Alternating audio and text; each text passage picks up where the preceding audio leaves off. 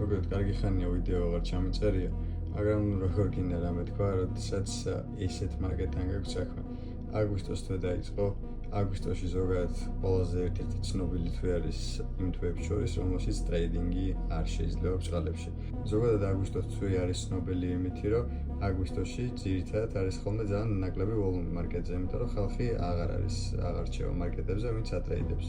დასასვენებლად მიდიან ზაფხულია, ცხელა, სხვა უნდა ხალხს.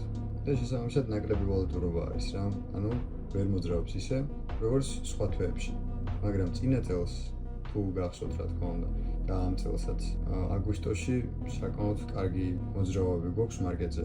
და ამ კარგი მოძრაობებში სამწუხაროდ არ იგულისხმება ის, რომ მარკეტის კონდიცია არის კარგი. საზღვარი მარკეტის კონდიცია არის all time high-ზე ვართ, ოღონდ თლად ვერ გადაუწყვეტია მარკეტს რომელი ტრენდი მოიგოს, ასე ვთქვათ, და ამიტომ ყველაზე რთული პერიოდი არის ახლა. რაც მთავარია ხარ, რაში შეგიძლია ეს კონდიცია შენ გამოიყენო.